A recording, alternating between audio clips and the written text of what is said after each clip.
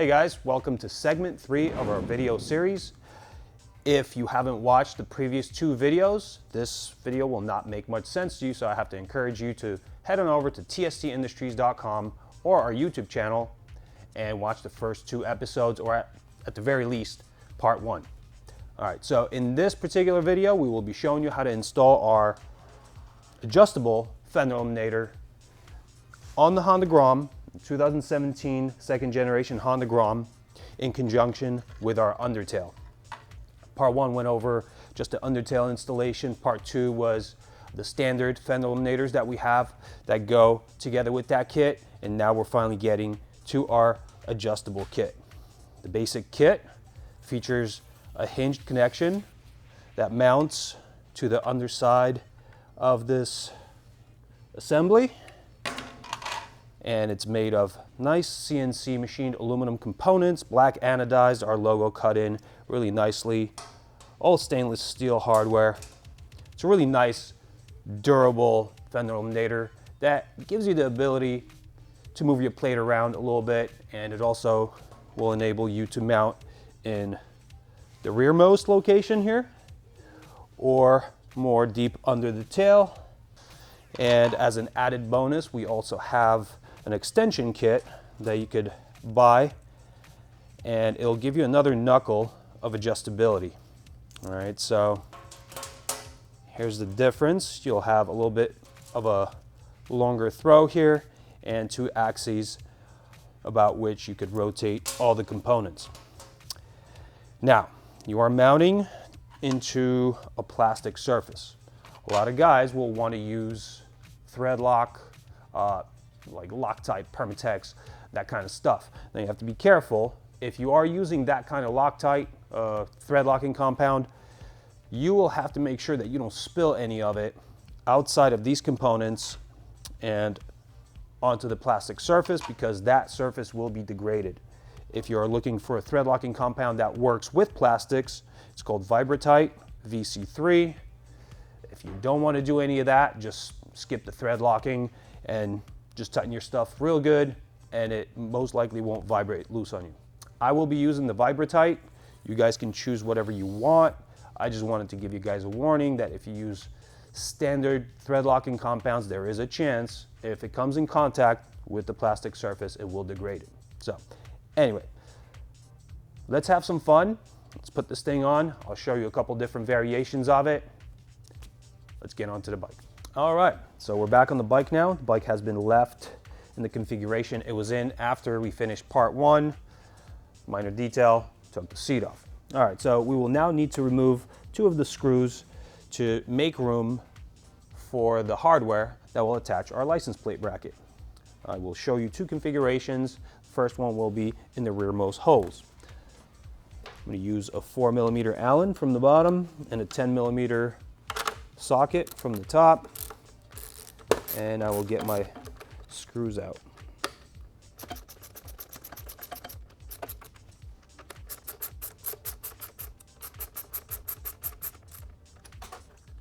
When you get to the end of the thread, you have to be careful and make sure that you don't drop the washer and the nut in the subframe tube. So I like to do it by hand. Now the screw that I've taken out, that will not be reused. The nut will also not be reused, but we will be reusing the washer. All right, I'm going to do the same thing to the other side.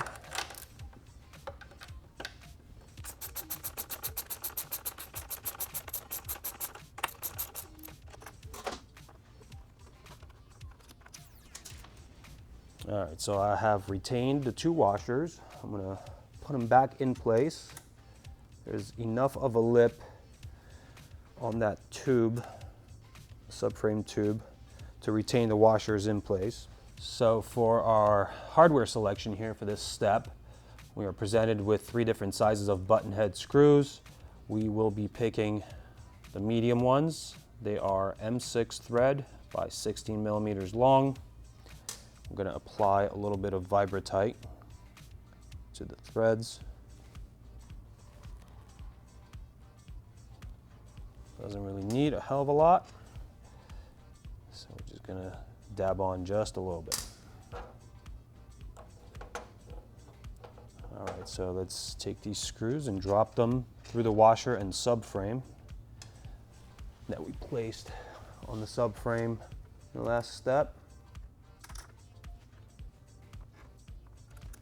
All right, and now we have these penetrating through to the outside. I'm going to take the hinge components from our kit and get them threaded on. Use a 4mm Allen to bottom it out. And I'm going to make sure that the flat portion of this hinge is parallel to the center plane of the vehicle, and then tighten it down. Now remember, you are screwing through a plastic component. You don't want to over tighten it. You will deform the plastic and cause damage to it. So once I get it tight enough, I will move on to the other side. Same thing. And I want to draw your attention to one detail here.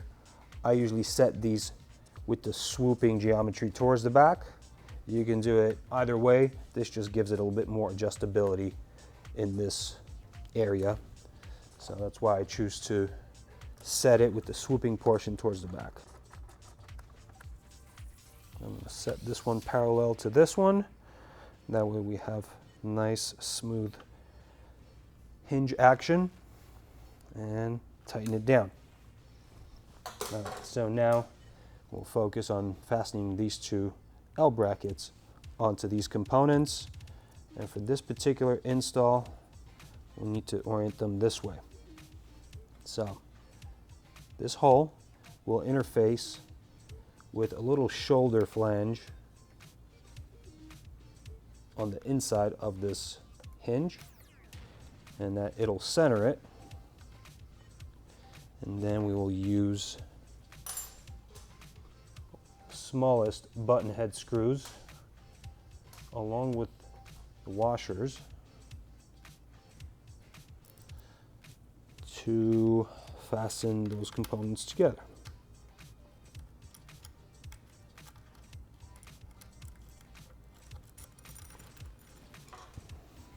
I typically don't use Vibratite on these connections because it's metal into metal, and I could achieve any torque I really need in there, so I could really tighten it down super tight without worrying about over tightening, crushing any plastic or anything like that. Once again, I'm going to take my fastener pair, screw and washer, and do the same thing I just did on the left side of the bike to the right side. I typically don't tighten these all the way just yet because I like to have some adjustability in the system so that I can fine-tune things as I assemble. All right, so now we have the big flat bracket. We'll have to align it here. And with these L brackets, as you can see, we have to use the outermost holes. So we'll do one at a time. We're going to take the countersunk small screw, drop it through that one hole. We're also provided with these flange nuts. Screw those on from the back of that fastener connection.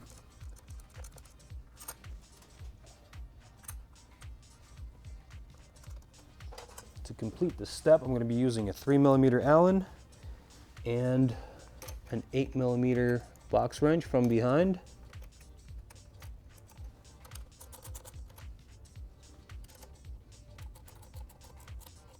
I'm also going to leave some adjustability here so that I could center my main bracket before I tighten everything down.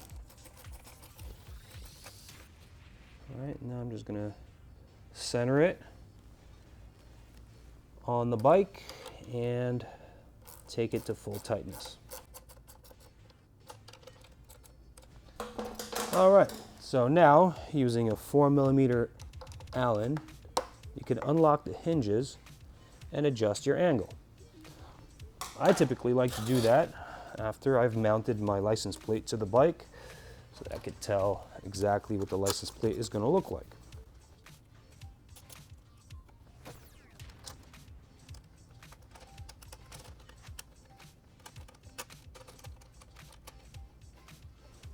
All right, so my license plate is on.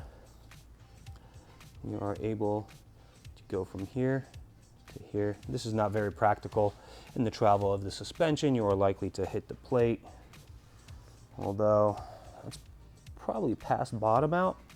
It just doesn't look right here, if you ask me. So I'm gonna set it right about here. That looks good to me. And I'm just gonna lock down on those hinges using a 4mm Allen.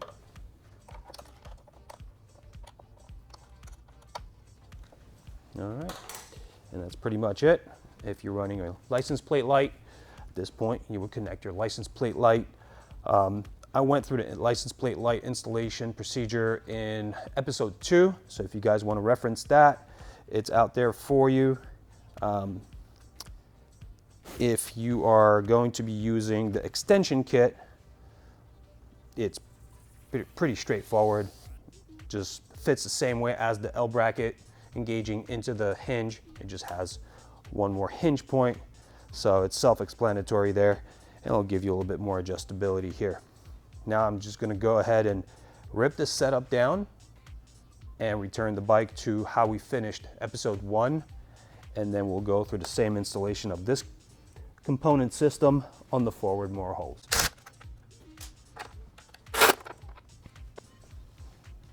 We'll not be reusing the screw and the nut. Only thing we used will be that washer. And for this particular configuration, we will need a different screw from our kit. And once again, we have 3 different sizes of these button head screws. We will not be using the medium. We'll be using these longer ones to attach our hinges. I'm going to prep them with a little bit of Vibratite. Just a little dab. I'm going to bring those over to where I removed those screws from the bottom and drop them in through the top.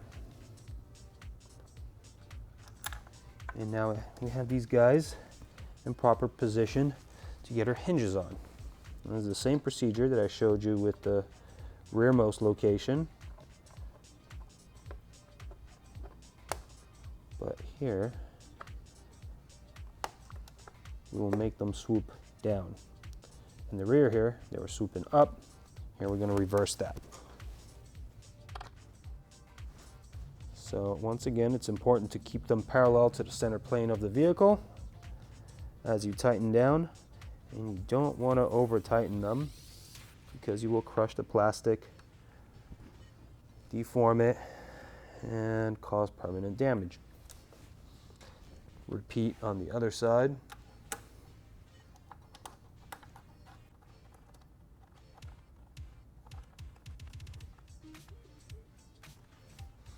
Keep it parallel, tighten it down, and now we can proceed to mounting the L brackets. Now on this setup, the brackets will be reversed in this angle. Back here we had them like this to enable the license plate to be mounted this way. Here we're going to want to reverse that so that our license plate gets mounted this way. We'll also be mounting on the outside as opposed to mounting on the inside in the rearmost location. Fastener pair for this step is once again the little 12mm button head and a washer. We'll engage the L bracket hole with the boss.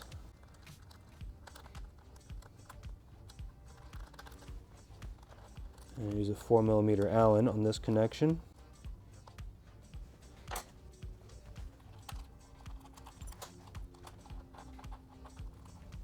think the outermost screw locations are going to have to do the trick for us.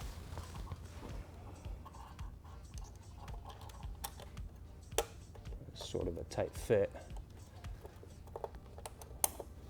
but nevertheless it does fit.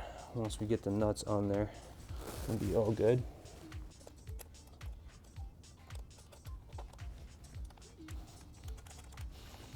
At this point, there's no way to knock it off center because it's at its limit here. So all I'm gonna do is use an 8mm box or open-ended on the inside with a 3mm Allen and get those connections tightened up.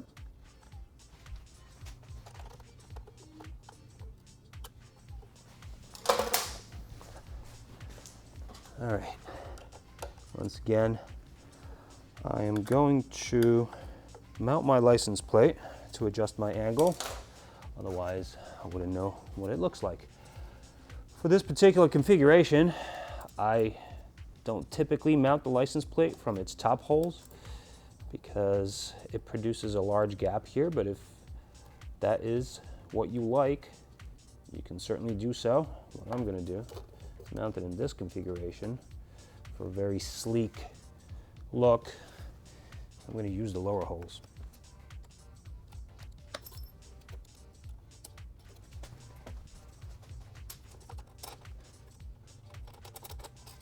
Center the plate, tighten it down.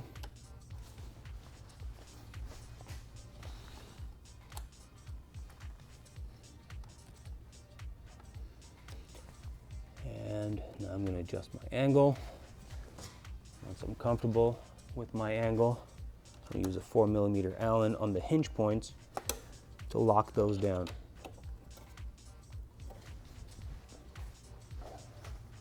If you are going to be running a license plate light, like I mentioned earlier, you can use part 2 of this video series for the procedure. Besides that, I'm pretty much done here. This is what this configuration looks like. If you're using the extra link kit, you can vary this location and all the axes of adjustability a little bit. I wanted to point out that this is my basic guide to how I mount these things. We've designed these kits and the extra components to give you guys Lego-like configurability. So if you use your imagination, you could possibly build these things into other configurations and achieve different angles and different mounting locations. For me, this is pretty much enough. I like this location. I'm gonna keep it here, but you guys can do whatever it is that makes you happy. So we are done here. Our installation's complete, and I hope that you enjoyed this video, found it informative and fun. We have 2 other episodes of this video series, so I hope you check out the videos at tstindustries.com or our YouTube channel. Besides that, I'm done. See you guys next time.